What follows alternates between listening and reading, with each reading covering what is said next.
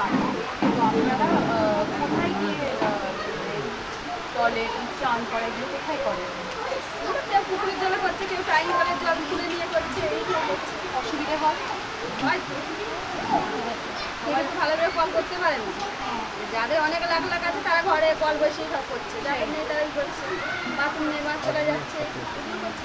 তো যখন আপনারা বাইরে যান বাথরুম করতে তখন আপনারা কী কী প্রবলেম ফেস করেন, কী কী অসুবিধা হয় আপনাদের? এই যেমন বর্ষার সময় কারোর হাতে ছাতা নেই, এই গামছা নিয়ে ছুটছে, ছাতার জন্য হয়তো বাইরে যেতে পারছি না, খুব অসুবিধে। এমনিতে সকালবেলা ভোরবেলা উঠে যেতে হয়।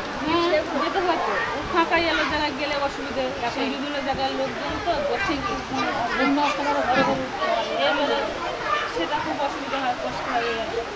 আপনাদের টয়লেট বানাচ্ছে টাটা কোম্পানি, আপনারা নিশ্চয়ই জানেন। হ্যাঁ টাটা কোম্পানি সম্বন্ধে জানেন আপনারা?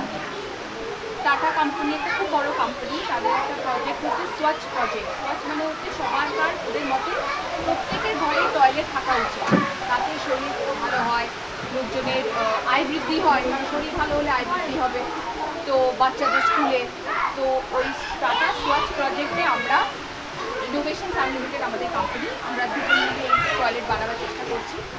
তো আশা করছি আপনাদের বাড়িতে যখন টয়লেট তৈরি হবে তখন আপনাদের অনেক সুবিধা হবে নিশ্চয়ই, আর অনেক রোগ বিরোগ জীবাণু এগুলো অনেক কমবে, ফলে সব দিক থেকে সুবিধা হবে আমাদের। নিশ্চয়ই।